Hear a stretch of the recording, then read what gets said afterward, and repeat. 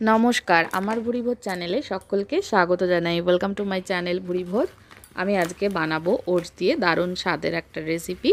बाच्चा थेके बड़ो सकलेई किन्तु एई रेसिपिटा पछंद करबे। ओट्स किन्तु सकलेर जोन्नोई खावा भीषणई भालो और विशेष करे डायबेटिक कोलेस्ट्रलेर रोगी आछेन जारा तादेर जोन्नो ओट्स भीषण उपकारी। ओट्सेर एई रेसिपिटा आपनारा ब्रेकफास्टे डिनारे अथवा टिफिनेও নিয়ে যেতে পারেন, খেতেও ভীষণ ভালো লাগবে।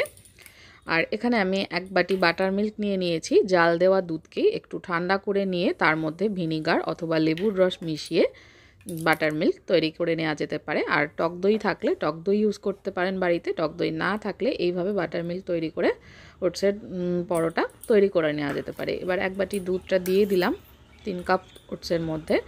এবার একটু মিক্স করে নিচ্ছি, ভালো করে মিক্স করে নেব।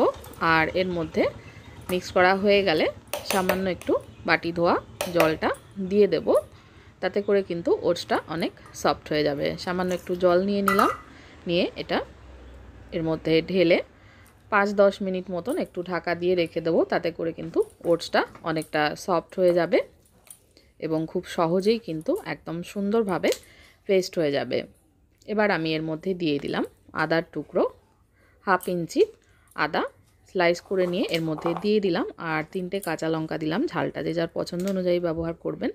আমি এর মধ্যে দিয়ে দিচ্ছি মটরশুঁটি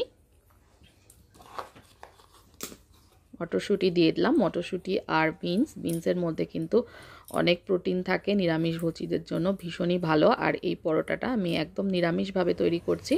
স্বাদ মতো নুন দিয়ে দিলাম, হলুদ গুঁড়ো দিয়ে দিলাম অল্প পরিমাণে, সামান্য একটু জিরে গুঁড়ো দিয়ে দিলাম। এবার দিয়ে দেবো গোলমরিচের কয়েকটা দানা, আর দিয়ে দেব এর মধ্যে সামান্য একটু গোটা জিরে বা সাদা জিরে। আর এবার এর মধ্যে দিয়ে দেব বেশ কিছুটা পরিমাণে ধনেপাতা। এবার আমি এর মধ্যে ওটসটা কিন্তু ভিজিয়ে রাখার জন্য অনেকটাই জল টেনে নিয়েছে, তো মিক্সিতে এটা সব কিছু পেস্ট করার সময় আরও একটুখানি জল আমি অ্যাড করে নিলাম। দেখুন ভালো করে এটা পেস্ট করে নিয়েছি। ঠিক ব্যাটারটা কিন্তু এরকম হবে, ঘনর দিকে কিন্তু পাল্লাটা ভারী হবে। পাতলা হলে ব্যাটারটা পাতলা হয়ে গেলে কিন্তু খেতে অতটা ভালো লাগবে না, ভেতরটা নরম নরম লাগবে পরোটার। তো আমি ব্যাটারটা কিন্তু একটু ঘন করেই তৈরি করব। তাওয়া বসিয়ে দিয়েছি, সামান্য অল্প পরিমাণে একটু তেল দিলাম।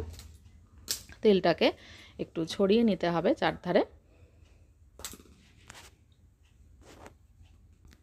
যাদের কোলেস্টেরল বা ডায়াবেটিস আছে তারা কিন্তু এই পরোটাটা রোজ খেলে দেখবেন, টেস্ট করার কিছুদিন পরেই দেখবেন এটা কোলেস্টেরল বা ডায়াবেটিসের মাত্রা কিন্তু অনেকটাই কমে যাবে।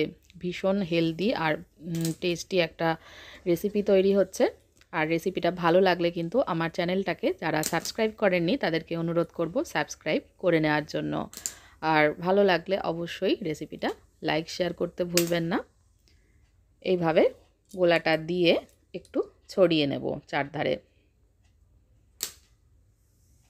এবার এটা হতে দেব 2 মিনিটের মতন, আঁচটা কমিয়ে রেখে 2 মিনিটের মতন হতে দেব। যখন উপরটা একটু হয়ে আসবে, মানে 2 মিনিট আর 2-2.5 মিনিট পরে উপর দিয়ে অল্প একটু তেল ছড়িয়ে দেব। আর দেখুন এটা হয়ে গেছে একটা দিক, অপর দিকটা 3-4 মিনিট মতন সেঁকে নিতে হবে। আঁচটা কমিয়ে রেখে এটা ভাজতে হবে, নইলে পুড়ে যেতে পারে। উপর বাইরের দিক দিয়ে পুড়ে যাবে এবং ভেতরটা নরম থাকবে, সেই কারণে আঁচটা কমিয়ে কিন্তু পরোটাগুলো তৈরি করতে হবে। বেলা মাখার ঝামেলা ছাড়া কিন্তু সুন্দরভাবে পরোটা তৈরি হয়ে যাচ্ছে। দেখুন দুটো দিকই ভালোভাবে হলে তারপরে এটা আমি সার্ভ করে দেব। উপর দিয়ে একটু চাট মশলা ছড়িয়ে স্যালাডের সাথে সার্ভ করে দিতে পারেন, অসাধারণ লাগবে। রেসিপিটা দেখার জন্য সকলকে অনেক অনেক ধন্যবাদ। পরোটাটা সার্ভ করে দিয়েছি।